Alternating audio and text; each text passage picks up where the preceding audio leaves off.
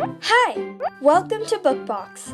Don't forget to subscribe and tap the bell icon to get our latest videos.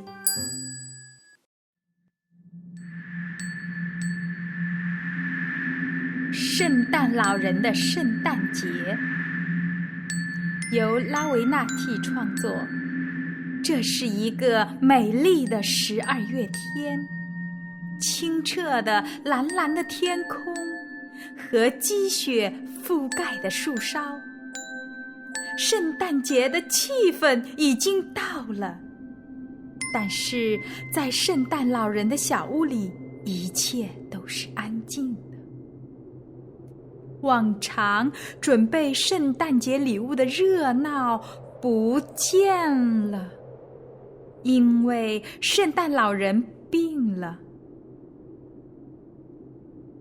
哦，天哪！孩子们将会说什么？当他们今年没有收到礼物，圣诞老人悲哀地想着。当他躺在他的床上的时候，突然，他听到从外面传来一阵喧闹声。他向窗外望去，看到他的4匹驯鹿像往常一样耐心地站着，但是他们看上去相当的上气不接下气，好像他们刚刚完成了一次长途跋涉。然后当圣诞老人仔细的一看后，他简直不敢相信他所看到的，因为在驯鹿后面是一长串的雪橇，载着穿着各种颜色的盛装的小孩子们，一个接一个，他们跳到了雪地上，并向圣诞老人的小屋走来。很快，一阵敲门声响起来。进来！圣诞老人喊道，因为他非常好奇。一个小女孩进来了，抱着一个柔软的东西。我听说您病了，圣诞老人先生，他开始说，所以我给您我的玩具熊来陪伴您。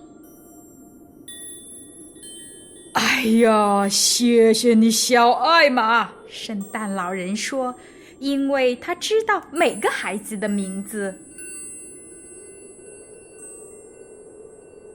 接着进来一个男孩，怀里抱着一个红包裹。我们得知您病了，圣诞老人，他说，所以我的家人为您编织了这床棉被，在冬天的日子里给您保暖。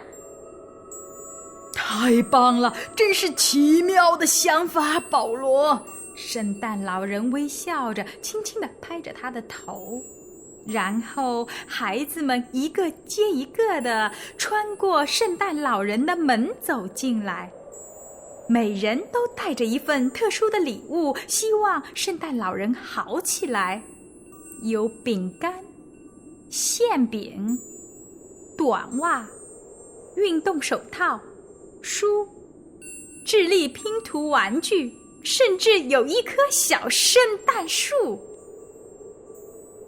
圣诞节送进了我的门槛里面，圣诞老人惊呼着，来，让我们一起来分享这些奇妙的礼物。然后他把孩子们在他周围聚成一个大圆圈。圣诞老人，你最喜欢哪件礼物？艾玛很快兴奋地问道。我的亲爱的小家伙，圣诞老人回答说，微笑着，今天你们每一个人向我表达的爱和仁慈，那就是所有礼物中最好的。他怜爱地看着他周围的所有的热心的脸。这个，我的小家伙，就是圣诞节的真正的意义。然后带着他，圣诞老人给了每个孩子一个又大又温暖的节日的拥抱。